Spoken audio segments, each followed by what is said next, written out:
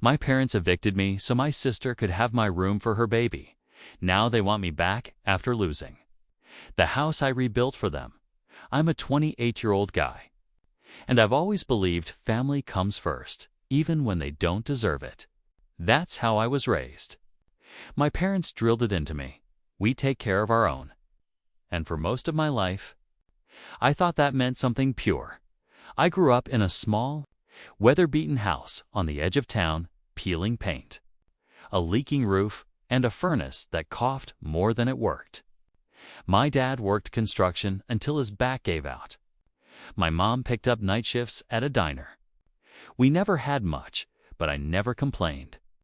I figured that's just what life was supposed to look like: hard work, long nights, and family pulling each other through. When I graduated college, I didn't celebrate like my friends did. While they were buying cars and new phones, I came home and started fixing that same old house. Every weekend, every spare dollar gone into paint, insulation, wiring, and roofing. I told myself it was an investment in the people who raised me. Sometimes, when I'd finish patching drywall or rewiring the basement lights, my dad would pat my shoulder and say, "You're the dependable one, son. Not like your sister." Ah, Emma, 2 years younger, with that golden child glow that never faded, no matter how many times she screwed up. She could burn dinner, and somehow my mom would still praise her for trying. She'd quit jobs after a week, and they'd tell her, "It's okay, sweetie. You'll find your passion." I never envied her, not really. I just wished they saw how much I was doing to hold things together. Every nail, every brick, every hour I spent making their life easier. I thought it was building a home we could all be proud of, but I had no idea that the same walls I rebuilt would one day be the ones that pushed me out. It started one humid afternoon when Mom called, her voice trembling, not with fear, but excitement. "Emma's coming home," she said. "She's pregnant." Isn't that wonderful? I froze. I hadn't seen my sister in almost 2 years. The last time we spoke, she'd left her fiancé, quit another job, and moved states to figure herself out. I'd assumed she was still out there drifting, chasing something new to ruin. But now she was coming home, and with a baby on the way. When I pulled into the driveway that evening, she was already there. Same smug grin, same perfect hair, belly barely showing beneath a designer hoodie. Mom hovered behind her like a bodyguard. Dad stood on the porch, beaming. "Isn't this great, son? Our little girl's gonna be a mom." I forced a smile. That's good news. Dinner that night felt surreal. Emma dominated the conversation, talking about getting back on her feet, while Mom kept saying things like, "She'll need peace and quiet when the baby comes." I sat there, fork in hand, feeling like a guest in my own house. A week later, the hints began. "You know," Mom said casually, folding laundry beside me, "your room gets the most sunlight in the mornings. It'd be perfect for a nursery." I laughed, thinking she was joking. She WASN's single quotes. Todd chimed in later, trying to sound reasonable. "It's just temporary, son. Maybe stay with a friend for a while until Emma settles in." My jaw tightened.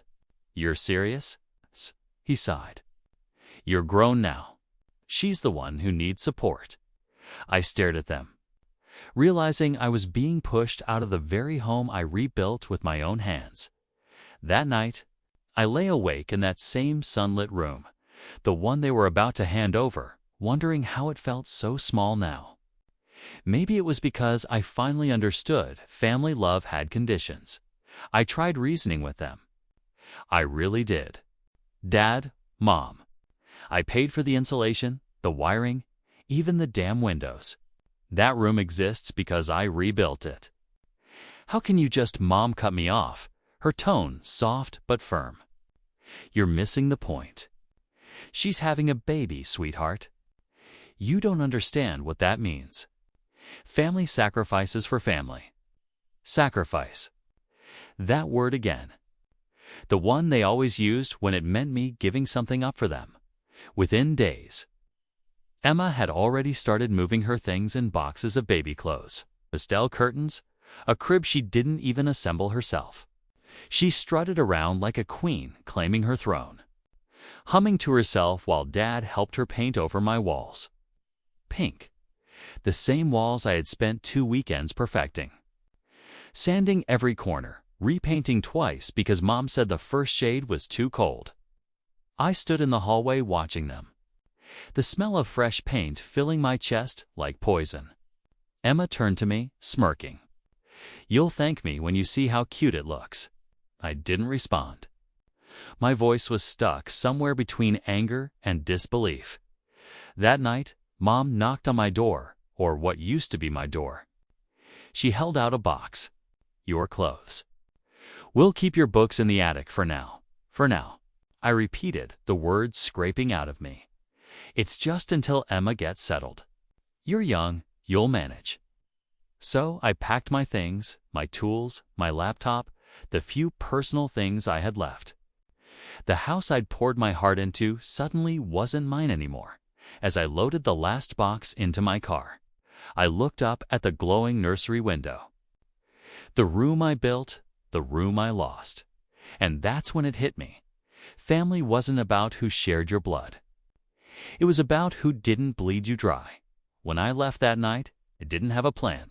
I didn't have a plan, just a half-packed car and a hollow feeling in my chest.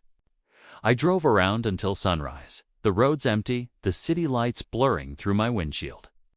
I ended up renting a tiny studio apartment on the edge of town, peeling walls, creaky floorboards, and a water heater that hissed like it hated me. But at least it was mine. For the first few weeks, I felt like a ghost. I'd wake up expecting to hear Mom's radio in the kitchen, or Dad grumbling over coffee. Instead, it was just silence and the hum of the fridge. I'd scroll through old photos on my phone, me fixing the roof, repainting the siding, installing the new kitchen tiles. All smiles, all lies. Work became my escape. I started taking more contracting gigs, house repairs, carpentry, plumbing, anything to fill the hours and drown the anger. Clients started noticing my craftsmanship, and soon, word spread. Within months, I had a handful of steady jobs. It wasn't glamorous, but for the first time, my work actually paid me back. One evening, I got a text from Mom. "Hope you're doing okay. The baby's due soon." Emma's nervous, but we're so proud of her. No apology. No acknowledgement of what they'd done.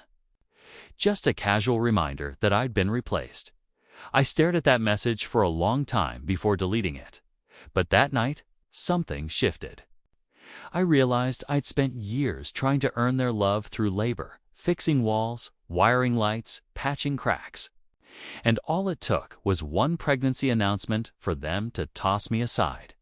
So I made a promise to myself I'd rebuild again. But this time, not for them. For me, still, a small, stupid part of me believed they'd come around someday. That maybe, just maybe, they'd realize what they lost. Almost a year passed before I heard from them again. Life had finally started to feel stable.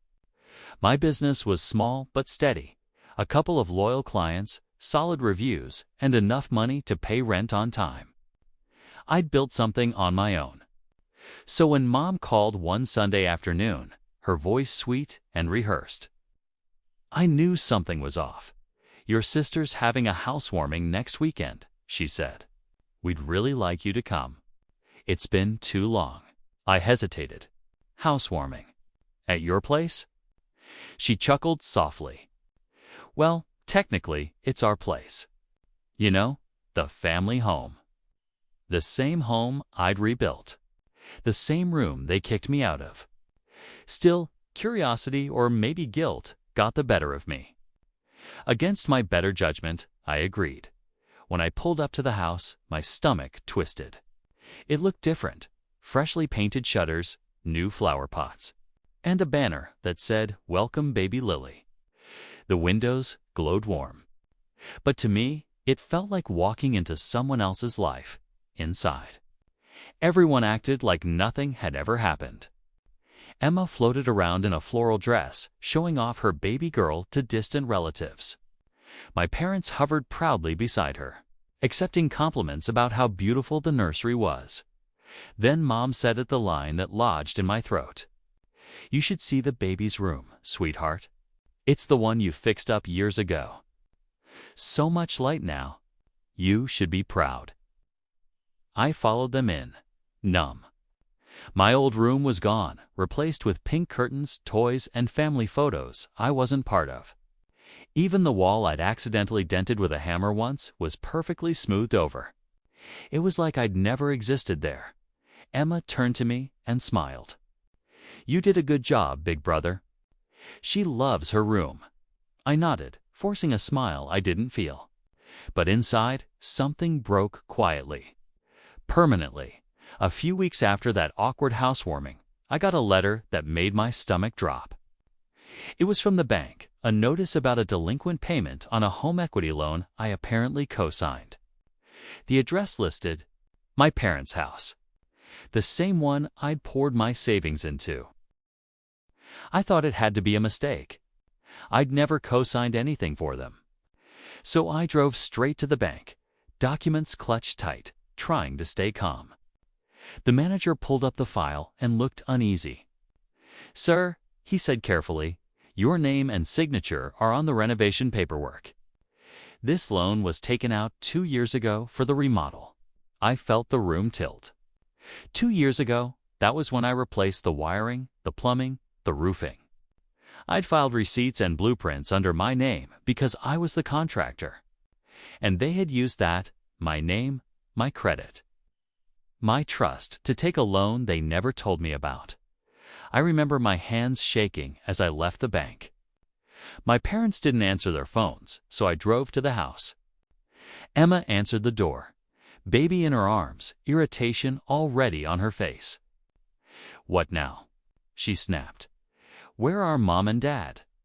"In the living room. Why?" I walked past her without answering. They looked up from the couch, Mom startled, Dad trying to act casual. I dropped the envelope on the table. "You took out a loan in my name?" Dad sighed, rubbing his temples. "It's not what you think, son. We just needed help getting things finished. The bank wouldn't approve us a loan, so you forged my signature." I snapped Mom's single quotes, eyes welled up. "Don't make it sound so ugly. It's family. We were going to pay it off. But they hadn't paid it off. They'd defaulted. And now I was legally responsible as I stood there. Staring at the people I'd once worked myself raw for, I realized the truth. They hadn't just taken my room. They'd taken my name. After that confrontation, I cut them off. No calls, no texts, nothing. I told the bank I'd take over the debt because the alternative was worse, watching them ruin my credit completely. It drained me financially, but weirdly, it also freed me. For the first time, I wasn't tied to them by obligation or guilt. I buried myself in work. I expanded my contracting business, took on new clients, and even hired 2 guys from my old job site. Long hours, sore hands, and late nights became my therapy. Every time I drilled a screw or sanded a beam smooth, I imagined I was sealing away a part of my past. Months later, one of my clients, a local reporter, asked if she could feature me in a community success story. I didn't think much of it, but a week after the article went live, things exploded. From homeless contractor to business owner, the headline read. My phone buzzed non-stop with new job offers. I'd made it on my own terms, and that's when I got the message. It was from Mom. "We saw your article. So proud of you, honey. Emma says she always knew you'd succeed." I stared at my screen, a bitter laugh escaping me. "Proud," I whispered. The same people who kicked me out and used my name were suddenly proud. I didn't reply. I didn't need to, but life has a cruel sense of timing. Because just as I started to rebuild my world, theirs began to fall apart. A friend from the old neighborhood mentioned my parents had been missing mortgage payments. The loan had ballooned, and Emma's boyfriend had walked out, leaving her alone with the baby. For the first time, I didn't feel pity. I just felt distance. Like watching a storm destroy a house I no longer lived in. It was almost poetic how fast everything unraveled after that. The same house I had rebuilt, the one that once felt like the center of my world, started to decay. Piece by piece. A mutual neighbor called me one morning, voice full of gossip and sympathy. "You heard about your folks? Roofs leaking again. Mold in the basement. They can't afford repairs." I said nothing, just listened. Every part of me wanted to rush over and fix it like I always had. But I didn't. I couldn't. I'd spent years patching their problems, and all it ever got me was betrayal. Within months, the damage worsened. Dad's health declined, Mom took on extra shifts again, and Emma, still jobless, spent her days online begging for mom influencer sponsorships that never came. The walls I'd once reinforced were now rotting. Water seeping through cracks I'd warned them about. Then came the foreclosure notice. The loan they'd forged under my name had ballooned beyond recovery. The bank repossessed the property, leaving them with nothing. I found out through another letter, this time addressed to me as the co-signer. The irony stung.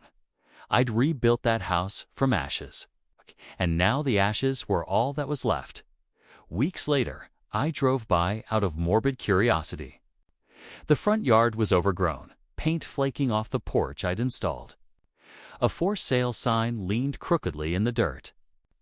In the window where my old bedroom used to be, a pink curtain still hung, faded, torn, and half-drawn. I sat there in my truck for a long time, watching the wind rattle that curtain. It should have hurt, but all I felt was emptiness. For years, that house had defined me. Now it was proof that letting go sometimes meant survival. And just when I thought I'd closed that chapter for good, the phone rang again. Mom's number. When I saw Mom's name flash on my phone, I almost didn't answer. But something in me, habit, guilt, maybe a leftover trace of love, made me swipe right. Her voice cracked before I even said hello. "We lost the house," she whispered. "The bank took everything. We have nowhere to go." I stayed silent, the hum of traffic outside my window filling the gap between us. She kept talking, words tumbling over each other. How Emma was falling apart. How Dad's health was worse. How they didn't mean for things to get this bad. "Mom," I finally said, my voice low. "You did this to yourselves." There was a pause, followed by a sob. "Please, just for a while. Let us stay with you until we figure things out." I looked around my apartment. Small, clean, quiet. The walls I'd painted with my own hands. The life I'd built without their help. Letting them in would destroy that peace in a heartbeat. "Why now?" I asked. "Why come to me after everything?" "Because you're our son," she said softly. "You've always been the strong one. The dependable one." It's the same line they used every time they needed me. Only now, it sounded desperate, stripped of its authority. "I'll think about it," I lied. I hung up and stared at my phone, waiting for the guilt to hit. But it didn't. All I felt was exhaustion, a deep, own-level fatigue from years of being their backup plan. That night, I couldn't sleep. I kept replaying her words, "You're our son." Not "we're sorry," not "we were wrong." Just an appeal to duty, to obligation. By morning, I'd made my decision. I wouldn't let history repeat itself. Still, a part of me knew they weren't done trying. They'd never stop until I faced them one last time. A week later, they showed up in person. I was in my office when the receptionist buzzed me. "There's an older couple here asking for you. They say they're your parents." My stomach sank. I stepped out to find them sitting side by side on the lobby chairs, smaller, older, worn down. Mom's eyes were red. Dad's hands shook around a folded eviction notice. For a split second, I almost felt sorry for them. Almost. "Can we talk?" Mom asked softly. I led them into my office, the one I'd built with my own two hands, the symbol of everything I'd become without them. They explained everything between sobs. Emma had moved in with a friend. Dad's back injury kept him from working, and the foreclosure had left them with nowhere to stay. "We just need a place until we get back on our feet," Mom pleaded. "Please, son." I sat across from them, quiet. The same quiet I'd sat through when they told me to leave my room. When they said, "You'll manage." Finally, I said, "I can help. But you'll earn it." Dad frowned. "What do you mean?" "I've got a renovation job up north. The crew could use extra hands. I'll pay you fairly, but you'll work for it. Both of you." They looked stunned, insulted, even. "You want us to do manual labor?" Dad snapped. I shrugged. "That's what I did when you needed a home. I didn't get a choice either." Mom's lip trembled. "We're your parents." I nodded slowly. "Exactly. And I'm your son, the one you threw out." The silence that followed was heavy, final. They left without another word, for the first time in years. I didn't feel guilt, only peace. It wasn't my parents who came next. It was Emma. She showed up at my apartment door 2 nights later. Eyes puffy, hair messy, clutching her phone like it was the last thing keeping her grounded. "You really told them no?" She blurted out before I could even say a word. I crossed my arms. "I did. They made their choices, Em. They live with them now." She let out a bitter laugh. "You think you're so righteous, don't you? You're just standing there, watching your own family fall apart." "My family fell apart years ago," I said quietly. "You were there when they threw me out. You didn't say a word." Her voice cracked. I was pregnant. What was I supposed to do? "Maybe just admit it was wrong," I shot back. "Or at least not act proud while they painted over my walls." She went quiet then. Tears spilled down her face, smudging her mascara. "You don't get it," she whispered. "They never listened to me either. They just used us differently. You for your work, me for the image." I looked at her, really looked. For the first time, she didn't seem like the golden child. She looked broken, cornered by the same people who once made me feel worthless. "I can't fix them," I said finally. "But I learned something you still haven't. Sometimes walking away is love. It's choosing peace over pain." She nodded slowly, trembling. "What do I do now?" I sighed. "Start over. The same way I did. From nothing." When she left, I didn't feel triumph or revenge. Just quiet understanding. The cycle was ending, not through vengeance, but through letting go. And for the first time in my life, I felt free. A few months later, I drove past the old house one last time. It was strange how something that once held so much of me could now look like any other abandoned property. The for sale sign was gone. The yard was brown, overgrown, the windows boarded up. The house was empty, lifeless. But standing there in the quiet street, I realized it wasn't sadness I felt. It was closure. I parked across the road and sat for a while, watching the late afternoon light wash over the cracked paint I once spent hours perfecting. I could still remember the sound of my hammer echoing through the hallways, the smell of varnish, my dad's approving nods, Mom's laughter floating from the kitchen. Those sounds used to mean love. Now they were just ghosts. I thought about how they'd taken everything from me, my room, my savings, my name. And yet, somehow, I'd ended up with more than they ever had. Peace, freedom, purpose. I'd built something that couldn't be repossessed or painted over before I drove away. I pulled over by the curb and stepped out. The air was still. I ran my fingers along the rusted gate, the one I welded back in college when I thought fixing things could fix people too. I whispered mostly to myself, "You took the house, but I kept the foundation." That's when I finally understood I didn't rebuild that house for them. I rebuilt it for the version of me who still believed family meant love, not leverage. I turned back toward my truck, the engine humming softly as I pulled away in the rearview mirror. The house shrank into the distance until it was nothing but a speck. And for the first time in years, I didn't look back.